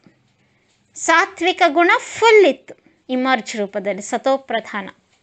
ಆದ್ದರಿಂದ ಸತ್ಯುಗದಲ್ಲಿ ದೇವತೆಗಳು ಸೂರ್ಯವಂಶಿಗಳು ಅಥವಾ ದೇವತಾ ವರ್ಣದವರು ಎಂದು ಕರೆಯಲಾಗ್ತದೆ. ನಾವೇ ದೇವತೆಗಳು, ಹಂಸೋ ಸೋಹಂ. ನಾವೇ ದೇವತೆಗಳಾಗಿದ್ವಿ, ಈಗ ನಾವೇ ಈ ರೀತಿ ಮನುಷ್ಯರಾಗಿದ್ದೇವೆ. We should not misunderstand this slogan. ಹಂಸೋ ಸೋಹಂ ಅಂದ ತಕ್ಷಣ ಎಲ್ಲರೇನು ಅನ್ಕೊತಾರೆ? ನಾನು ಆತ್ಮನೇ ಪರಮಾತ್ಮ, ಪರಮಾತ್ಮನೇ ನಾನು. ನೋ, ನೆನ್ಪಿಟ್ಕೊಳ್ಳಿ, none other soul can achieve the status of Paramatma. ಪರಮಾತ್ಮ ಎನ್ನೋ ಪದವಿಯನ್ನು ಬೇರೆ ಯಾರೂ ಅಲಂಕೃತರ ಮಾಡಲಿಕ್ಕೆ ಸಾಧ್ಯನೇ ಇಲ್ಲ. ಇಂಪಾಸಿಬಲ್ ಇದ್ದದ್ದನ್ನು ನಾವೇನು ಮಂತ್ರ ಹೇಳಿದರೂ ನಾವು ಪಾಸಿಬಲ್ ಮಾಡ್ಕೊಳಕ್ಕಾಗಲ್ಲ. ಪರಮಾತ್ಮನ ಗುಣಗಳನ್ನು ಧರಿಸಬಹುದು, ಪರಮಾತ್ಮನಂತೆ ನಾವು ಪಾವನರಾಗ್ಬೋದು. ಆದರೆ ಪರಮಾತ್ಮನ ಸ್ಥಿತಿಯನ್ನೇ ನಾವು ಸಸ್ಟೈನ್ ಮಾಡಿಕೊಂಡು ನಿತ್ಯ ಪರಮಾತ್ಮ ಆಗಲು ಸಾಧ್ಯನೇ ಇಲ್ಲ. ಪರಮಾತ್ಮನ ಸೀಟ್ ಮೇಲೆ ನಾವು ಕುತ್ಕೊಳ್ಳಿಕ್ಕಾಗುವುದೇ ಇಲ್ಲ. ಒಮ್ಮೆ ಒಬ್ಬ ಪ್ರೆಸಿಡೆಂಟ್ ನಿಗದಿತ ಇದ್ದಾನೆ ಅಂದಮೇಲೆ, ಹಿ ಈಸ್ ಆ್ಯಕ್ಟಿವ್ ವರ್ಕರ್ ಅಂದಮೇಲೆ, ಆ ಪ್ರೆಸಿಡೆಂಟ್ ಒಬ್ಬನೇ ಪ್ರೆಸಿಡೆಂಟ್. ಇವನೊಬ್ಬ ಪ್ರೆಸಿಡೆಂಟು ಮತ್ತೊಬ್ಬ ಪ್ರೆಸಿಡೆಂಟ್ ಅಂತ ಇರೋಕ್ಕಾಗ್ತದಾ? ಇಲ್ಲ. ಪ್ರೆಸಿಡೆಂಟ್ನಂತೆ ಡ್ರೆಸ್ ಹಾಕೋಬೋದು, ಪ್ರೆಸಿಡೆಂಟ್ನಂತೆ ಎಜುಕೇಷನ್ ಮುಗಿಸಿರ್ಬೋದು. ಒಬ್ಬ ವರ್ಕಿಂಗ್ ಹಾಲಿ ಪ್ರೆಸಿಡೆಂಟ್ ಇದ್ದಾಗ ಇನ್ನೊಬ್ಬ ಪ್ರೆಸಿಡೆಂಟ್ ಹೆಂಗಾಗಕ್ಕೆ ಸಾಧ್ಯ? ಪ್ರೆಸಿಡೆಂಟ್ ಅನ್ನೋ ಸ್ಟೇಟಸ್ಸು, ಚೇರು ಇಡೀ ಇಂಡಿಯಾಕ್ಕೆ ಇರೋದೇ ಒಂದು. ಹಾಗೆ ಇಡೀ ವಿಶ್ವಕ್ಕೆ ಪರಮಾತ್ಮನ ಸ್ಟೇಟಸ್ ಇರೋದೇ ಒಂದಂದಮೇಲೆ ಇನ್ನೊಬ್ಬ ಪರಮಾತ್ಮ ಅಲಂಕೃತ ಆಗ್ಲಿಕ್ಕೆ ಹೆಂಗೆ ಸಾಧ್ಯ? ಅದು ಎಷ್ಟು ಅಘೋರವ ತಪವ ಮಾಡಿದೊಡೇನು? ಪರಮಾತ್ಮ ಆಗಲಿಕ್ಕೆ ನಾವು ಏನು ಟ್ರೈ ಮಾಡಿದರೂ ನಾವು ಪರಮಾತ್ಮ ಆಗಲ್ಲ. ಆ ಪರಮಾತ್ಮನ ಗುಣ ಪಡ್ಕೊಂಡು ಮ್ಯಾಕ್ಸಿಮಮ್ ನಿಮ್ಗೆ ಆಲ್ರೆಡಿ ಹೇಳಲಾಗಿದೆ, ಆತ್ಮ ದೇವಾತ್ಮ ಆಗ್ಬೋದು, ಆದರೆ ಪರಮಾತ್ಮ ಆಗಲ್ಲ. ಹಂಸೋ ಸೋಹಮ್ಮಿನ ಮೀನಿಂಗನ್ನು ನಾವು ಆ್ಯಕ್ಚುಲ್ ಅರ್ಥದಲ್ಲಿ ತಿಳ್ಕೊಂಡಾಗ ಅದಕ್ಕಿಂತ ಪವರ್ಫುಲ್ ಮಂತ್ರ ಬೇರೆ ಯಾವುದೂ ಇಲ್ಲ. ಹಂಸೋ ಸೋಹಮ್ಮನ್ನು ನಾವು ಮಿಸ್ಅಂಡರ್ಸ್ಟ್ಯಾಂಡ್ ಮಾಡಿಕೊಂಡ್ರೆ ಅದು ಪರಮಾತ್ಮನಿಗೂ ನಮಗೂ ಸೆಲ್ಫ್ ಇನ್ಸಲ್ಟ್ ಮಾಡಿಕೊಂಡಂತೆ, ನಿಂದನೆ ಮಾಡಿದಂತೆ. ನಾನೇ ಪರಮಾತ್ಮ ಹೆಂಗಾಗಕ್ಕೆ ಸಾಧ್ಯ? ಪರಮಾತ್ಮನೇ ನಾನಾಗಕ್ಕೆ ಹೆಂಗೆ ಸಾಧ್ಯ? ಹಾಗಾದ್ರೆ what is the meaning of ಹಂಸೋ ಸೋಹಂ? ನಾನೇ ದೇವತೆಯಾಗಿದ್ದೆ, ಈಗ ನಾನೇ ಮನುಷ್ಯನಾಗಿದ್ದೆ. ನಾನು ಯಾಕೆ ದೇವತೆಯಾಗಿದ್ದೆ? ಸತ್ಯುಗದಲ್ಲಿದ್ದೆ. ದೇವತೆ ಅಂದರೆ ಏನರ್ಥ? ನಿನ್ನೆ ಆಲ್ರೆಡಿ ಹೇಳಲಾಗಿದೆ, ಸುಖದಾತ. ಸುಖವನ್ನು ಕೊಡೋರು ದೇವತೆ. ನಮ್ರತೆಯಲ್ಲಿರೋರು, ಗೌರವವನ್ನು ಕೊಡೋರು, ಸರ್ವರಿಗೂ ಕ್ಷಮಿಸುವವರು. ದೇವತೆ ಅಂದರೆ ಸತ್ಯುಗಕ್ಕೆ ಹೋದ್ಮೇಲೆ ನಾವು ದೇವತೆ ಆಗೋದಲ್ಲ, ಈಗಲೇ ದೇವತೆ ಆಗಬೇಕು. ಸಂಗಮ ಯುಗದಲ್ಲಿ ನರ್ಸಿಂಗ್ ಹೋಮ್ ಕಟ್ಟಿದ ಮೇಲೆ ನಾವು ಡಾಕ್ಟರ್ ಆಗೋದಲ್ಲ, ಮೊದಲೇ ಕಾಲೇಜ್ನಲ್ಲೇ ಡಾಕ್ಟರ್ ಸರ್ಟಿಫಿಕೇಟ್ ತೊಗೊಂಡು ಬರಬೇಕು. ಅಲ್ಲಿ ಡಾಕ್ಟರ್ ಪ್ರಾಕ್ಟೀಸ್ ಮಾಡಿ ಆಮೇಲೆ ಇಲ್ಲಿ ಒಂದು ಚಲೋ ಡಾಕ್ಟರ್ ಆಗಕ್ಕೆ ಬರ್ತದೆ ನರ್ಸಿಂಗ್ ಹೋಮ್ನಲ್ಲಿ. ಅದೇ ರೀತಿ ಸಂಗಮಯುಗದ ಕಾಲೇಜ್ನಲ್ಲೇ ನಾವು ದೇವತೆ ಆಗುವ ಗುಣವನ್ನು ಧರಿಸ್ಬೇಕು. ನಮ್ರತೆ, ಗೌರವ, ಕ್ಷಮೆ, ಸುಖ ಕೊಡೋರು. ನೆಕ್ಸ್ಟ್, ದೇವತೆ ಆಗಬೇಕಾದ್ರೆ ನಿತ್ಯ ಹರ್ಷಿತ ಚಿತ್ತರು, ಅಂತರಂಗದಲ್ಲಿ ಸದಾ ಪ್ರಸನ್ನ ಚಿತ್ತರು, ಸ್ವಯಂ ತೃಪ್ತರು, ನಡೆಯುವ ಎಲ್ಲ ಘಟನೆಯಲ್ಲಿ ಒಳಿತಿದೆ ಅಂತ ಸ್ನೇಹದಿಂದ ಸ್ವೀಕರಿಸುವರು. ದೇವತೆಗಳು ಅಂತಂದರೆ ನಾನು ಆತ್ಮ, ಜಗತ್ತಿನಲ್ಲಿರೋರೆಲ್ಲರೂ ಸಕಲರು ಮನುಷ್ಯಾತ್ಮರು ಎನ್ನುವ ಆತ್ಮೀಯ ಸ್ನೇಹದ ದೃಷ್ಟಿಯಲ್ಲಿರುವವರು. ಯಾರು ಸಂಗಮಯುಗದಲ್ಲಿ ಈಶ್ವರನ ನೆನಪಿನಲ್ಲಿ ದೀರ್ಘಕಾಲದಲ್ಲಿ ತಲ್ಲೀನರಾಗಬಲ್ಲರೋ ಅವರು ದೇವತೆಯಾಗುವ ಶಕ್ತಿ ಪಡೆಯಬಲ್ಲರು. ಪರಮಾತ್ಮ ನೆನಪು ಮಾಡಿದರೆ ಏನಾಗ್ತೀವಿ? ದೇವತೆ ಆಗ್ತೀವಿ. ಪರಮಾತ್ಮ ಆಗಲ್ಲ, ದೇವಾತ್ಮ ಆಗ್ತೀವಿ. ಸತ್ಯುಗದಲ್ಲಿ ನಾವು ದೇವಾತ್ಮ ಆಗಿದ್ವಿ ಸಂಗಮಯುಗದ ಪುರುಷಾರ್ಥದ ಆಧಾರದಿಂದ. ಆಗ ನಮ್ಮ ಸ್ಟೇಟಸ್ ಆತ್ಮದ ಸ್ಟೇಟಸ್, ನಾಟ್ ದೇಹದ ಜಾತಿಯ ಸ್ಟೇಟಸ್. ಮರೆತು ಬಿಡಿ ದೇಹದ ಜಾತಿ. ಸರ್ವಧರ್ಮಾನ್ ಪರಿತ್ಯಜ್ಯ ಮಾಮೇಕಂ ಶರಣಂ ವ್ರಜ ಅಂತ ಹೇಳ್ತದೆ ಭಗವದ್ಗೀತೆ. ಆ ಧರ್ಮ, ಈ ಧರ್ಮ, ಆ ಜಾತಿ, ಈ ಜಾತಿ ಎಲ್ಲ ಬಿಟ್ಟು ನನಗೆ ಶರಣಾಗು. ಎಲ್ಲಿವರೆಗೂ ಜಾತಿ ಕಾನ್ಷಿಯಸ್ ಇರಾಡಿಕೇಟ್ ಆಗೋದಿಲ್ವೋ ಅಲ್ಲಿವರೆಗೂ ಏಕತೆ, ಐಕ್ಯತೆಯನ್ನು ನಿರ್ಮಾಣ ಮಾಡಲಿಕ್ಕೆ ಸಾಧ್ಯನೇ ಇಲ್ಲ. ಆತ್ಮದ ಸ್ಟೇಟಸ್ ಸೂರ್ಯವಂಶ ಆಗಿತ್ತು ಸತ್ಯುಗದಲ್ಲಿ. ಸೂರ್ಯ ಹೆಂಗೆ ಸದಾ ಪ್ರಜ್ವಲ, ಈಸ್ಟ್ನಾಗೂ ಮ್ಯಾಲ್ ಬಂದ್ರೂ ವೆಸ್ಟಿನಲ್ಲಿ ಸೆಟ್ ಆಗ್ತಿದ್ದಾನೆ. ಸೆಟ್ ಅಂದರೆ ಆ ಈವ್ನಿಂಗ್ ಟೈಮ್ಸ್ನಲ್ಲೂ ಪ್ರಜ್ವಲನೆ, ರೌಂಡೇ. ಆದ್ದರಿಂದ ಸೂರ್ಯವಂಶಿ. ಯಾರು ಸಂಗಮಯುಗದಲ್ಲಿ ನಿತ್ಯ ಪ್ರಕಾಶಿತರಾಗಿರ್ತಾರೋ, ಬೆಳಗ್ಗಿನೂ ಮಧ್ಯಾಹ್ನನೂ ಸಂಜೆನೂ, ವಿಘ್ನ ಬಂದಾಗೂ ವಿಘ್ನ ಇಲ್ಲಾರ್ದಾಗೂ ಹರ್ಷಿತ ಮುಖ, ಸಂತುಷ್ಟತೆಯ ಪ್ರಜ್ವಲತೆ, ಪವಿತ್ರತೆಯ ಪ್ರಜ್ವಲತೆ, ಫುಲ್ ಪವರ್ಫುಲ್ ಇರ್ತಾರೋ, ಧೈರ್ಯಶಾಲಿಯಾಗಿರ್ತಾರೋ, ನಿತ್ಯ ಶಕ್ತಿಶಾಲಿ ಇರ್ತಾರೋ ಅವರು ಸತ್ಯುಗದಲ್ಲಿ ಸೂರ್ಯವಂಶಿ ಪದವಿಯನ್ನು ಪಡೆಯುತ್ತಾರೆ. ನಾವು ಸತ್ಯುಗದಲ್ಲಿ ಪದವಿ ಪಡ್ಕೋಬೇಕಾದ್ರೆ ಸಂಗಮಯುಗದ ಪುರುಷಾರ್ಥವೇ ಆಧಾರ. ಹೊಗಳಿದ ತಕ್ಷಣ ಭಾಳ ಚಲೋ ರೌಂಡಾಗಿ ಅರಳೋದು, ತೆಗಳಿದ ತಕ್ಷಣ ಏನೋ ಮೂಡ್ ಆಫ್ ಮಾಡ್ಕೊಳ್ಳೋರು ಅವ್ರು ತ್ರೇತಾಯುಗದಲ್ಲಿ ಬರ್ತಾರೆ. ಚಂದ್ರವಂಶಿಗಳು. ಅವ್ರಿಗೆ ಸತ್ಯುಗದ ಎಂಜಾಯ್ಮೆಂಟ್, ಸತ್ಯುಗದ ಹೈಯೆಸ್ಟ್ ಸತೋಪ್ರಧಾನತೆಯ ಸ್ಟೇಟಸ್, ಆ ಒಂದು ಶ್ರೇಷ್ಠವಾದ ಪದವಿ ಅವ್ರಿಗೆ ಸಿಗೋದಿಲ್ಲ. ತ್ರೇತಾಯುಗದ ಚಂದ್ರವಂಶಿಗಳು. ಚಂದ್ರ ಏನು ಮಾಡ್ತಾನೆ? ಇವತ್ತು ಫುಲ್ ಇರ್ತಾನೆ, ನಾಳೆ ಕಡಿಮೆ ಕಡಿಮೆ ಕಡಿಮೆ ಕಡಿಮೆ ಆಗಿ ಅಮಾಶೆ ಆಗಿಬಿಡ್ತಾನೆ. ಏನು ಇರಂಗೇ ಇಲ್ಲ, ಲಾಸ್ಟ್ ಒಂದು ಸಣ್ಣ ಲೈನ್ ಅಷ್ಟೇ. ಹಾಗೆ ಯಾರೊಮ್ಮೆ ಭಾಳ ಖುಷಿಯಾಗಿರ್ತಾರೋ, ಇವತ್ತರ ಎಷ್ಟು ಚಲೋ ಇದ್ದರ್ರಿ, ಬೆಳಿಗ್ಗೆ ರಾತ್ರಿ ಅನ್ನೋಷ್ಟೊತ್ತಿಗೆ ಎಷ್ಟು ಮೂಡ್ ಆಫ್ ಮಾಡ್ಕೊಂಡಾರಲ್ರಿ, ನಿನ್ನೆರ ನನ್ನ ಜೊತೆಗೆ ಚಲೋ ಮಾತಾಡಿದ್ರಿ, ಇವತ್ತಾಗಲೇ ಎಷ್ಟು ಸಿಟ್ಟು ಮಾಡ್ಕೊಂಡಾರಲ್ಲ. ಯಾರ ಸ್ಥಿತಿ ಚಂದ್ರನಂತೆ ಏರುಪೇರು ಏರುಪೇರು ಏರುಪೇರು ಆಗ್ತದೆಯೋ ಅವರು ಚಂದ್ರವಂಶಿಗಳು, ತ್ರೇತಾಯುಗದವರು. ಅವರು ಫೇಲ್ಯೂರ್ಸ್. ಸಂಗಮಯುಗದ ಪುರುಷಾರ್ಥದಲ್ಲಿ ಯಾರು ಫೇಲ್ ಆಗ್ತಾರೋ ಅವ್ರಿಗೆ ತ್ರೇತಾಯುಗ. ನಾವೆಲ್ಲ ಪುರುಷಾರ್ಥ ಮಾಡಬೇಕಾಗಿದ್ದು ಸೂರ್ಯವಂಶಿ ಸತ್ಯುಗದಲ್ಲಿ ಬರಲಿಕ್ಕೆ, ಪಾಸ್ ವಿತ್ ಆನರ್ ಆಗಲಿಕ್ಕೆ. ಫೇಲ್ಯೂರ್ಸಿಗೆ ಮತ್ತೇನಾರ ಸಮಾಧಾನಕರ ಬಹುಮಾನ ಕೊಡಬೇಕಲ್ಲ, ಅದಕ್ಕೆ ತ್ರೇತಾಯುಗದಲ್ಲಿ. ಎಲ್ಲ ಸೂರ್ಯವಂಶಿಗಳು ಎಂಜಾಯ್ ಮಾಡಿದ ಸತ್ಯುಗದ ಚಿನ್ನದ ಸಾಮ್ರಾಜ್ಯ ಸುವರ್ಣ ಯುಗವನ್ನು ಎಲ್ಲ ಎಂಜಾಯ್ ಮಾಡಿ ಬಿಟ್ಟಿದ್ದು ತ್ರೇತಾಯುಗದವರೆಗೆ. So let us aim for Satyuga, not for Tretayuga. So ನಮ್ಮ ಪುರುಷಾರ್ಥದ ಆಧಾರದ ಮೇಲೆ ವರ್ಣ ಫಾರ್ಮ್ಯಾಟ್ ಆಗ್ತದೆ. ನಮ್ಮ ಸಂಸ್ಕಾರ ಹಾಗೂ ಅಂತರಂಗದ ಸ್ಥಿತಿ ಆಧಾರದ ಮೇಲೆ ವಂಶ ವರ್ಣ ಫಾರ್ಮ್ಯಾಟ್ ಆಗ್ತದೆ. ಸೂರ್ಯವಂಶಿಗಳು, ಚಂದ್ರವಂಶಿಗಳು. ಸತ್ಯುಗದಲ್ಲಿರೋರಿಗೆ ದೇವತಾ ಕುಲ, ದೇವತಾ ವರ್ಣ ಅಂತ ಕರೆಯಲಾಗ್ತದೆ, ಯಾಕೆಂದರೆ ದೈವಿ ಸಂಸ್ಕಾರ. ತ್ರೇತಾಯುಗದಲ್ಲಿದ್ದವರಿಗೆ ಕ್ಷತ್ರಿಯರು ಅಂತ ಕರೆಯಲಾಗ್ತದೆ. ದೇವತೆಗಳಂದರೆ ಯಾವಾಗಲೂ ನೋಡ್ರಿ, ಯಾವುದೇ ದೇವತೆಗಳ ಪೋಸ್ ಬೇರೆ ಬೇರೆ ಇರ್ಬೋದು. ಗಣಪತಿ ಇಲ್ಲಿ ಮೇಲೆ ಕುಂತಾನೆ, ಶಂಕರ ನಂದಿ ಮೇಲೆ ಕುಂತಾನೆ, ವಿಷ್ಣು ಹಾವಿನ ಮೇಲೆ ಮಕ್ಕೊಂಡಾನೆ, ಎಲ್ಲರ ಪೋಸು ಬೇರೆ ಬೇರೆ ಇರ್ಬೋದು. ಆದರೆ ಹಸ್ತದಲ್ಲಿ ಎಲ್ಲರ ಹಸ್ತಗಳು ಎಂಗೇಜು. ಒಂದು ಚಕ್ರನೋ, ಇನ್ನೊಬ್ಬರ ಹಸ್ತದಲ್ಲಿ ಗದೆ, ಕಮಲ, ವೀಣೆ, ಎಲ್ಲ ಒಬ್ಬೊಬ್ಬರು ದೇವತೆಗಳು ಒಂದೊಂದು ಅಸ್ತ್ರ, ಶೃಂಗಾರ, ಇನ್ಸ್ಟ್ರೂಮೆಂಟ್ನಲ್ಲಿ ಅವರೆಲ್ಲ ಬ್ಯುಸಿ. ಆದರೆ ಒಂದು ಹಸ್ತ ಮಾತ್ರ ಅವರು ವರ ಕೊಡಲಿಕ್ಕೆ ಯಾವಾಗಲೂ ಇಟ್ಕೊಂಡಿರ್ತಾರೆ. ಎಲ್ಲರೂ ವರದ ಹಸ್ತ ದೇವತೆಗಳೇ. ವರ ಕೊಡುವವರು, ಸುಖ ಕೊಡುವವರು, ಶಕ್ತಿ ಕೊಡೋರು, ಧೈರ್ಯ ಕೊಡೋರು, ಉತ್ಸಾಹ ತುಂಬೋರು, ದೇನೆ ವಾಲ ದೇವತಾ. ಯಾರು ಸಂಗಮಯುಗ ತುಂಬ ಇನ್ನೊಬ್ರಿಗೆ ಉತ್ಸಾಹವನ್ನು, ಪಾಸಿಟಿವಿಟಿಯನ್ನು, ಬ್ಲೆಸ್ಸಿಂಗ್ಸನ್ನು, ಶುಭವಮಸ್ತು, ಆರೋಗ್ಯಮಸ್ತು, ಇವ್ರು ಸುಖಿಗಳಾಗಲಿ, ಇವ್ರು ಆರೋಗ್ಯವಂತರಾಗಲಿ, ಇವ್ರು ಪ್ರಶಾಂತವಾಗಲಿ ಅಂತ ಕೊಡ್ತಾರೋ ಅವ್ರು ದೇವತಾ ಕುಲಕ್ಕೆ ಹೋಗ್ತಾರೆ. ಸತ್ಯುಗಕ್ಕೆ ಸಂಪನ್ನಿದ್ದವರೇ ಕೊಡಬಲ್ಲರು. ಮೆಡಿಟೇಷನ್ ಮಾಡಿ ಮಾಡಿ ಸಂಪನ್ನರಾಗ್ತಾರೆ. ಮತ್ತು ಅದನ್ನು ಅನೇಕರಿಗೆ ಆತ್ಮಿಕವಾಗಿ ನಯನದ ಮೂಲಕ, ಸಂಕಲ್ಪದ ಮೂಲಕ, ಕಿರಣಗಳ ಮೂಲಕ, ದೃಷ್ಟಿ ಮೂಲಕ ಹಂಚ್ತೀವಿ. ಅವರೇ ದೇವತೆಗಳು. ತ್ರೇತಾಯುಗದಲ್ಲಿ ಚಂದ್ರವಂಶಿಗಳು. ತ್ರೇತಾಯುಗದವ್ರಿಗೆ ಚಂದ್ರವಂಶಿ ಅಂತ ಯಾಕೆ ಕರೆಯಲಾಗ್ತದೆ? ತಮಗೆ ಆಲ್ರೆಡಿ ಹೇಳಲಾಗಿದೆ, ಅದೆಲ್ಲ ಡಿಪೆಂಡ್ಸ್ ಆನ್ ಸಂಗಮಯುಗದ ಪುರುಷಾರ್ಥ. ಅವರು ಕ್ಷತ್ರಿಯ. ಕ್ಷತ್ರಿಯ ಅಂದರೆ ಅವ್ರ ಕ್ಷತ್ರಿಯ, ಇಂಥ ಜಾತಿ ಕ್ಷತ್ರಿಯ, ಇಂಥವ್ರು ತಿನ್ನೋರು ಕ್ಷತ್ರಿಯ ಅಲ್ಲ. ಅದು ನಮ್ಮ ಸಂಸ್ಕಾರದ ಆಧಾರದ ಮೇಲೆ ಕ್ಷತ್ರಿಯ. ಕ್ಷತ್ರಿಯದಲ್ಲಿ ಸಾತ್ವಿಕ, ರಾಜಸಿಕ, ತಾಮಸಿಕ ಗುಣದಲ್ಲಿ ಸ್ವಲ್ಪ ರಾಜಸಿಕ ಆತ್ಮದಲ್ಲಿ ಆ್ಯಡ್ ಆಗ್ತದೆ, ಚೂರು ನೆಗ್ಲಿಜಿಬಲ್. ಸತೋಪ್ರಧಾನತೆಯ ಪರ್ಸಂಟೇಜ್ ಸ್ವಲ್ಪ ಕಡಿಮೆ ಆಗ್ತದೆ. ಸತ್ಯುಗದಲ್ಲಿ 100% ಸಾತ್ವಿಕ, 20% ಕಡಿಮೆ ಆಗ್ಬೋದು. ಪುನರ್ಜನ್ಮ ಪಡಿತಾ ಪಡಿತಾ ಆತ್ಮ ಡಿಸ್ಚಾರ್ಜ್ ಆಗ್ತದೆ, ಆತ್ಮದ ಶಕ್ತಿ ವೀಕ್ ಆಗ್ತದೆ. ಮೊಬೈಲ್ ಅವಾಗವಾಗ ನಡು ಚಾರ್ಜ್ ಮಾಡ್ತಾ ಇದ್ದರೆ ಅದು ಫುಲ್ ಇದ್ದದ್ದು ಫುಲ್ಲೇ ಇರ್ತದೆ. ಯೂಸು ಮಾಡಿರಿ, ಮತ್ತು ಚಾರ್ಜ್ ಮಾಡಿರಿ, ಫುಲ್ಲು ಮಾಡಿರಿ, ಮತ್ತು ಚಾರ್ಜ್ ಮಾಡಿರಿ, ಮತ್ತು ಯೂಸ್ ಮಾಡಿರಿ, ಅದು ಅಷ್ಟು ಬೇಗ ಡಿಸ್ಚಾರ್ಜ್ ಆಗಲ್ಲ. ಇದು ಕಂಟಿನ್ಯೂಸ್ ಡಿಸ್ಚಾರ್ಜ್ ಆಯಿತು ಸತ್ಯುಗದಿಂದ. ಎಲ್ಲೂ ನಾವು ಮೆಡಿಟೇಷನ್ನು ಮಾಡಲಿಲ್ಲ, ಎಲ್ಲೂ ನಮ್ಮನ್ನು ಚಾರ್ಜು ಮಾಡ್ಕೊಳ್ಳಿಲ್ಲ, ಎಲ್ಲೂ ಭಕ್ತಿನೂ ಮಾಡಲಿಲ್ಲ. ಭಕ್ತಿ ಯಾಕೆ ಮಾಡಲಿಲ್ಲ?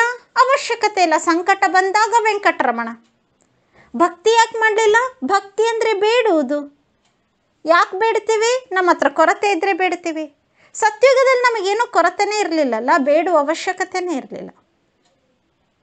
ಸಂಪನ್ನರಿದ್ವಿ, ಆದ್ದರಿಂದ ಭಕ್ತಿನೂ ಮಾಡಲಿಲ್ಲ, ದೇವರನ್ನು ನೆನಪು ಮಾಡಲಿಲ್ಲ, ಮೆಡಿಟೇಷನ್ನು ಮಾಡಲಿಲ್ಲ. ಭಕ್ತಿನೂ ಇಲ್ಲ, ಮೆಡಿಟೇಷನ್ ಇಲ್ಲ. ಅಷ್ಟೊತ್ತಿಗೆ ಆತ್ಮ ಪುನರ್ಜನ್ಮ ಪಡಿತಾ ಪಡಿತಾ 20% ಎನರ್ಜಿ ಕಡಿಮೆ ಆಯಿತು. 16 ಕಲಾ ಇದ್ದಿದ್ದು 14 ಕಲಾ, 2% ಆತ್ಮಶಕ್ತಿ ಕಡಿಮೆ ಆಯಿತು. ಅಷ್ಟೊತ್ತಿಗೆ ನಾವು ಬಂದ್ವಿ ತ್ರೇತಾಯುಗಕ್ಕೆ. 1, 2ನೋ 10ನೋ 20ನೋ ಎಷ್ಟು ಒಂದು ಸ್ವಲ್ಪ ಕಡಿಮೆ ಆಯಿತು. ಹೀಗಾಗಿ ಅಲ್ಲಿ ನಾವು ಕ್ಷತ್ರಿಯರು. ಕ್ಷತ್ರಿಯರು ಅಂದರೆ ಸಂಗಮಯುಗದ ಪುರುಷಾರ್ಥದ ಆಧಾರದ ಮೇಲೆ ಕ್ಷತ್ರಿಯರು. ಯಾರು ಸದಾ ಸಂಗಮಯುಗದಲ್ಲಿ ಮಾಯೆ ಜೊತೆಗೆ ಯುದ್ಧ ಮಾಡ್ತಿರ್ತಾರೋ, ಒಮ್ಮೆ ಕಾಮಕ್ಕೆ ವಶ ಆಗ್ತಾರೆ, ಒಮ್ಮೆ ಕ್ರೋಧಕ್ಕೆ ವಶ ಆಗ್ತಾರೆ, ಒಮ್ಮೆ ಮೋಹಕ್ಕೆ ವಶ ಆಗ್ತಾರೆ, ಒಮ್ಮೆ ಲೋಭಕ್ಕೆ ವಶ ಆಗ್ತಾರೆ, ಒಮ್ಮೆ ಮಾಯೆ ಜೊತೆಗೆ ಗೆಲ್ತಾರೆ, ಒಮ್ಮೆ ಮಾಯೆಗೆ ಸೋತು ಹೋಗ್ಬಿಡ್ತಾರೆ, ಒಮ್ಮೆ ಖುಷಿಯಾಗಿರ್ತಾರೆ, ಒಮ್ಮೆ ದುಃಖದಾಗಿರ್ತಾರೆ. ಯಾವಾಗಲೂ ಆ್ಯಟ್ ವಾರ್ ಮಾಯೆ ಜೊತೆಗೆ. ಕೆಲವು ಮಾಯೆ ಜೊತೆಗೆ ಗೆದ್ದು ಬಿಡ್ತಾರೆ, ಕೆಲವು ಮಾಯೆಗೆ ವೀಕ್ ಆಗ್ತಾರೆ. ಅಯ್ಯೋ ಎಂಥ ಮಾಯೆ ಬಂದಿದೆಪ್ಪ, ಎಂಥ ವಿಘ್ನ ಬಂದಿದೆಪ್ಪ, ಎಂಥ ಸಮಸ್ಯೆ, ಗಾಬರಿ ಆಗ್ತಾರೆ. ಯಾವಾಗಲೂ ಅವ್ರ ಬುದ್ಧಿ ಯುದ್ಧದ ಸ್ಟೇಟಸ್, ಯೋದ್ಧ. ಸತ್ಯುಗದವರು ಯಾಕೆ ಸೂರ್ಯವಂಶಿಗಳು? ಅವ್ರು ಯಾವಾಗಲೂ ಯೋಗಿ. ತ್ರೇತಾಯುಗದವ್ರು ಯೋದ್ಧ. ತ್ರೇತಾಯುಗದಲ್ಲಿ ಯುದ್ಧ ಮಾಡಲ್ಲವರು, ಸತ್ಯುಗದಲ್ಲಿ ಯೋಗ ಮಾಡಲ್ಲವರು. ಸಂಗಮಯುಗದಲ್ಲಿ ಯೋಗಿಗಳಿರೋರು, ಸತ್ಯುಗದಲ್ಲಿ ಸೂರ್ಯವಂಶಿ. ಸಂಗಮಯುಗದಲ್ಲಿ ಯುದ್ಧ ಮಾಡೋರು, ತ್ರೇತಾಯುಗದಲ್ಲಿ ಕ್ಷತ್ರಿಯ ವಂಶಿ ವರ್ಣ.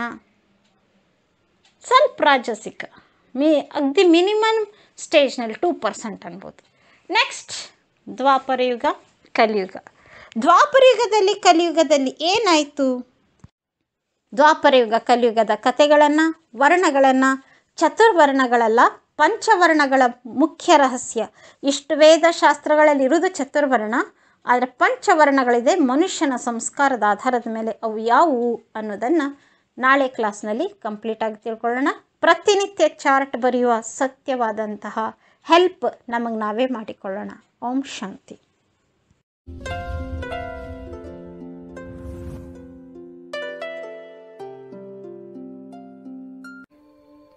ಓಂ ಶಾಂತಿ. ನನ್ನ ಆತ್ಮ ಜ್ಯೋತಿ ಸ್ವರೂಪ, ಸ್ವಪ್ರಕಾಶಮಯ ಬಿಂದು. ನಾ ನಿತ್ಯ ನಿತ್ಯ ಹರ್ಷಿತ ಮುಖ ಸೂರ್ಯವಂಶಿ, ಸಂತುಷ್ಟತೆಯ ಸೂರ್ಯ ನಾನಾತ್ಮ, ಸಂತುಷ್ಟತೆಯ ಪ್ರಕಾಶವನ್ನು ವಿಶ್ವದಾತ್ಮಗಳಿಗೆ ಹರಡುವ ಸಂತುಷ್ಟತೆಯ ಸೂರ್ಯ ನಾನು. ಆತ್ಮದಲ್ಲಿ ನೋಡಿ ಸಂತುಷ್ಟತೆಯ ಭಂಡಾರ. ನಾನಾತ್ಮ ಎಲ್ಲ ಕಾರ್ಮೋಡಗಳ ಮಧ್ಯದಲ್ಲೂ ನಿತ್ಯ ಸ್ವಪ್ರಕಾಶಿತ ಸೂರ್ಯ, ಎಂದಿಗೂ ಪ್ರಕಾಶ ಡಿಮ್ ಆಗದೇ ಇರುವ, ಸಂತುಷ್ಟತೆ ಕ್ಷೀಣಿಸದೇ ಇರುವ ಸಂತುಷ್ಟಮಯ ಜ್ಯೋತಿ. ಸಂತುಷ್ಟತೆ ಅಂದರೆ ಶಕ್ತಿ, ಸಂತುಷ್ಟತೆ ಅಂದರೆ ಪ್ರಸನ್ನತೆ, ಸಂತುಷ್ಟತೆ ಅಂದರೆ ಹರ್ಷಿತ ಮುಖತೆ.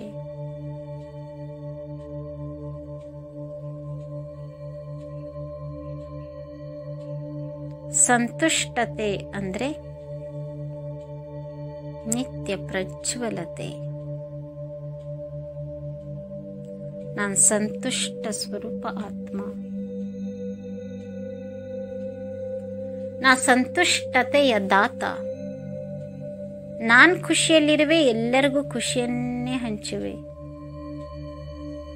ನಾನು ದೇವತಾ ಸ್ವರೂಪ ವರದಾತ. ಸರ್ವಾತ್ಮಗಳು ಆರೋಗ್ಯವಂತರಿರಲಿ, ಸರ್ವರ ಚಂಚಲ ಮನ ಕರಗಿ ಏಕಾಗ್ರವಾಗಲಿ. ಸಂತೋಷದ ಕಿರಣವನ್ನೇ ದಾನ ಮಾಡುವ ನಾನಾತ್ಮ, ಸಕಲಾತ್ಮಗಳು ದುಃಖ ಮುಕ್ತರಾಗಲಿ, ಸಕಲಾತ್ಮಗಳು ಪ್ರಶಾಂತ ಚಿತ್ತವಾಗಲಿ.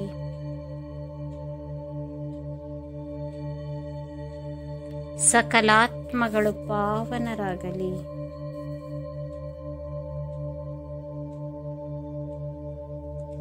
ನಾನಾತ್ಮ ಸತ್ಯಯೋಗಿ. ದೇಹವನ್ನು ಕಳಚಿ ನಾನಾತ್ಮ ಪರಮೇಶ್ವರನ ಸಮ್ಮುಖದಲ್ಲಿರುವೆ. ಪರಂಧಾಮದಲ್ಲಿ ಆತ್ಮಜ್ಯೋತಿ ಮಹಾಜ್ಯೋತಿಯ ದರ್ಶನ. ಪವಿತ್ರ ಸಾಗರ, ಶಾಂತಿ ಸಾಗರ, ಸರ್ವಶಕ್ತಿಗಳ ಸಾಗರ. ಪರಮಾತ್ಮನ ಶಕ್ತಿಯ ಪ್ರಭೆಯಿಂದ ನಾನು ಶಕ್ತಿ ಸ್ವರೂಪನಾಗುತ್ತೇನೆ. ಪರಮಾತ್ಮನ ಪವಿತ್ರತೆಯ ಪ್ರಭೆಯಿಂದ ನಾನು ಪರಮ ಪವಿತ್ರನಾಗುತ್ತಿರುವೆ. ಪರಮಾತ್ಮನನ್ನೇ ದರ್ಶಿಸುತ್ತಿರುವೆ ನಾನಾತ್ಮ. ಪರಮಾತ್ಮ, ನೀವು ನನ್ನ ತಂದೆಯಾಗಿದ್ದೀರಿ, ನನ್ನ ಮಾತೃ ಆಗಿದ್ದೀರಿ.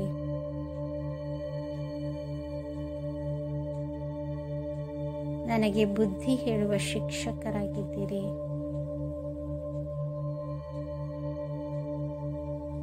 ನಮಗೆ ಶ್ರೀಮತದ ಪಥ ನೀಡುವ ಸದ್ಗುರು ನೀವಾಗಿದ್ದೀರಿ.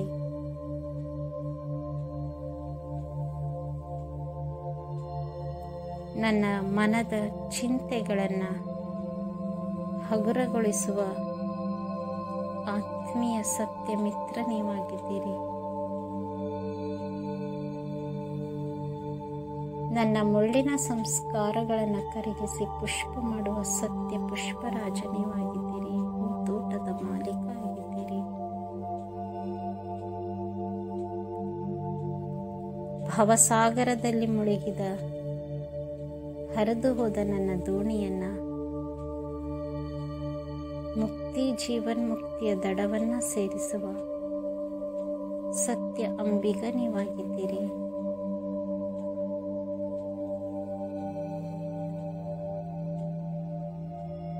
ನನ್ನ ಜೀವನದ ಅಂತರಂಗದ ಅಂಧಕಾರವನ್ನ ಓಡಿಸುವ ಜ್ಞಾನ ಸೂರ್ಯ ನೀವಾಗಿದ್ದೀರಿ.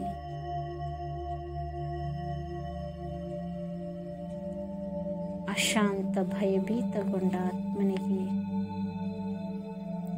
ಶಾಂತಿದಾತ ಧೈರ್ಯದಾತ ನೀವಾಗಿದ್ದೀರಿ. ಗೊಂದಲದ ಗಾಬರಿಯಾದ ಮನಕ್ಕೆ ಸಮಾಧಾನತೆಯ ದಾತ ನೀವಾಗಿದ್ದೀರಿ.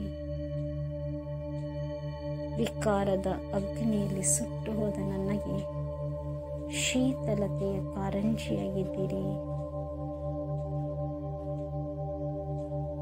ದ್ವೇಷದ ಜ್ವಾಲಾಮುಖಿಯಾಗಿ ಉರಿಯುತ್ತಿದ್ದ ನನ್ನಲ್ಲಿ ತಾವು ಪ್ರೇಮ ಗಂಗೆಯಾಗಿ ಹರಿದಿದ್ದೀರಿ.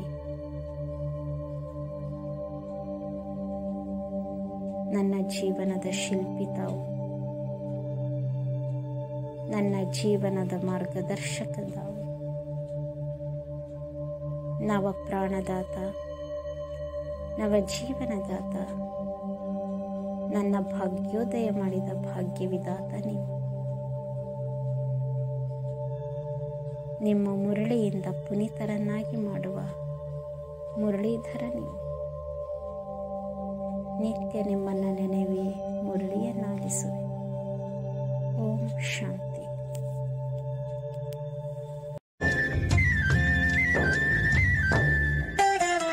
ಧರ್ಮಭೂಮಿ ಭಾರತದ ಕಥೆಯನ್ನು ಸುಂದರ ಶಬ್ದಗಳಲ್ಲಿ ಕೇಳಿ, ಆದಿ ಸನಾತನ ದೇವತ ಧರ್ಮದ ವಂಶಸ್ಥರು ಕುಳಿತಿಹೆವಿಲ್ಲಿ. ಆದಿ ಸನಾತನ ದೇವತ ಧರ್ಮದ ವಂಶಸ್ಥರು ಕುಳಿತಿಹೆವಿಲ್ಲಿ. ಧರ್ಮಭೂಮಿ ಭಾರತದ ಕಥೆಯನ್ನು ಸುಂದರ ಶಬ್ದಗಳಲ್ಲಿ ಕೇಳಿ, 5,000 ವರುಷದ ಹಿಂದೆ ಸ್ವರ್ಗದ ಸ್ಥಾಪನೆಯಾಗಿತ್ತು. ಅರ್ಧಕಲ್ಪದಲ್ಲೂ ಭರತ ಖಂಡವೇ ವಿಶ್ವರಾಜ್ಯವನ್ನಾಳಿತ್ತು. ಅರ್ಧಕಲ್ಪದಲ್ಲೂ ಭರತ ಖಂಡವೇ ವಿಶ್ವರಾಜ್ಯವನ್ನಾಳಿತ್ತು. ಧರ್ಮಭೂಮಿ ಭಾರತದ ಕಥೆಯನ್ನು ಸುಂದರ ಶಬ್ದಗಳಲ್ಲಿ ಕೇಳಿ, ಸುಂದರ ಕೃಷ್ಣನು ಜನಿಸಿದನಿಲ್ಲಿ ಪವಿತ್ರತೆಯ ಆಧಾರದಲ್ಲಿ. ರಾಧೆಯೊಂದಿಗೆ ಕೃಷ್ಣ ವಿವಾಹವು ನೆರವೇರಿತು ತಾರುಣ್ಯದಲ್ಲಿ. ರಾಧೆ ಕೃಷ್ಣರ ಪಟ್ಟಾಭಿಷೇಕವು ನಡೆಯಿತು ಬಲು ವೈಭವದಲ್ಲಿ. ಶ್ರೀಲಕ್ಷ್ಮೀ ನಾರಾಯಣರಿವರೇ ಸ್ವಯಂವರದ ನಂತರದಲ್ಲಿ. ಧರ್ಮಭೂಮಿ ಭಾರತದ ಕಥೆಯನ್ನು ಸುಂದರ ಶಬ್ದಗಳಲ್ಲಿ ಕೇಳಿ, ಸರ್ವ ಗುಣದಲ್ಲಿ ಸಂಪನ್ನರು ಸಂಪೂರ್ಣ ನಿರ್ವಿಕಾರಿಗಳಿವರು. 16 ಕಲಾ ಸಂಪೂರ್ಣರು ಮರ್ಯಾದಾ ಪುರುಷೋತ್ತಮರಿವರು. ಅಗಣಿತ ಸಂಪದ ಅಸೀಮ ಸುಖದ ಸತೋ ಪ್ರಧಾನದ ಸತ್ಯಯುಗ. ಒಂದೇ ಭಾಷೆಯು ಒಂದೇ ಧರ್ಮವು ಶ್ರೇಷ್ಠಾಚಾರಿ ಸ್ವರ್ಣಯುಗ. ಧರ್ಮಭೂಮಿ ಭಾರತದ ಕಥೆಯನ್ನು ಸುಂದರ ಶಬ್ದಗಳಲ್ಲಿ ಕೇಳಿ, ಸೂರ್ಯವಂಶದ ಕೃಷ್ಣ ಪೀಳಿಗೆಯು 8 ಜನುಮವನ್ನು ಪಡೆದಿತ್ತು. 1250 ವರುಷಗಳಿಲ್ಲಿಗೆ ಮುಗಿದಿತ್ತು. ಧರ್ಮಭೂಮಿ ಭಾರತದ ಕಥೆಯನ್ನು ಸುಂದರ ಶಬ್ದಗಳಲ್ಲಿ ಕೇಳಿ, ಪುಣ್ಯಭೂಮಿ ಭಾರತದ ಕಥೆಯನ್ನು ಪುಣ್ಯವಂತರೆಲ್ಲರೂ ಕೇಳಿ. ಧರ್ಮಭೂಮಿ ಭಾರತದ ಕಥೆಯನ್ನು ಸುಂದರ ಶಬ್ದಗಳಲ್ಲಿ ಕೇಳಿ, ತ್ರೇತಾಯುಗದ ಆರಂಭದಲ್ಲಿ ರಾಮಚಂದ್ರನು ಜನ್ಮಿಸಿದ. ಸ್ವರ್ಗ ರಾಜ್ಯದ ಚಂದ್ರವಂಶದಲ್ಲಿ 12 ಜನುಮಗಳ ಪಡೆದ. ಸೀತಾರಾಮರ ಬೆಳ್ಳಿ ಯುಗದಲ್ಲಿ ಸತೋಗುಣದ ಕ್ಷತ್ರಿಯ ಧರ್ಮ. ಗುಣ ಸಂಪನ್ನರು ನಿರ್ವಿಕಾರಿಗಳು 14 ಕಲಾ ಸಂಪನ್ನ. ಧರ್ಮಭೂಮಿ ಭಾರತದ ಕಥೆಯನ್ನು ಸುಂದರ ಶಬ್ದಗಳಲ್ಲಿ ಕೇಳಿ, ಸತ್ಯ ತ್ರೇತವದು ಬ್ರಹ್ಮನ ಹಗಲು ಆತ್ಮಾಭಿಮಾನದ ಸ್ಥಿತಿ ಇತ್ತು. ದೀರ್ಘಾಯುಷ್ಯದ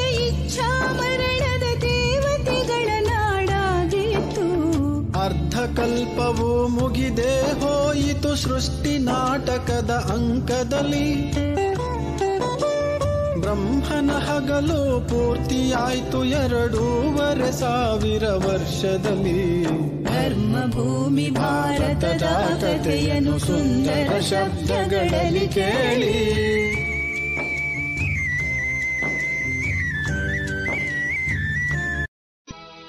ಓಂ ಶಾಂತಿ, ಓಂ ಶಾಂತಿ, ಓಂ ಶಾಂತಿ.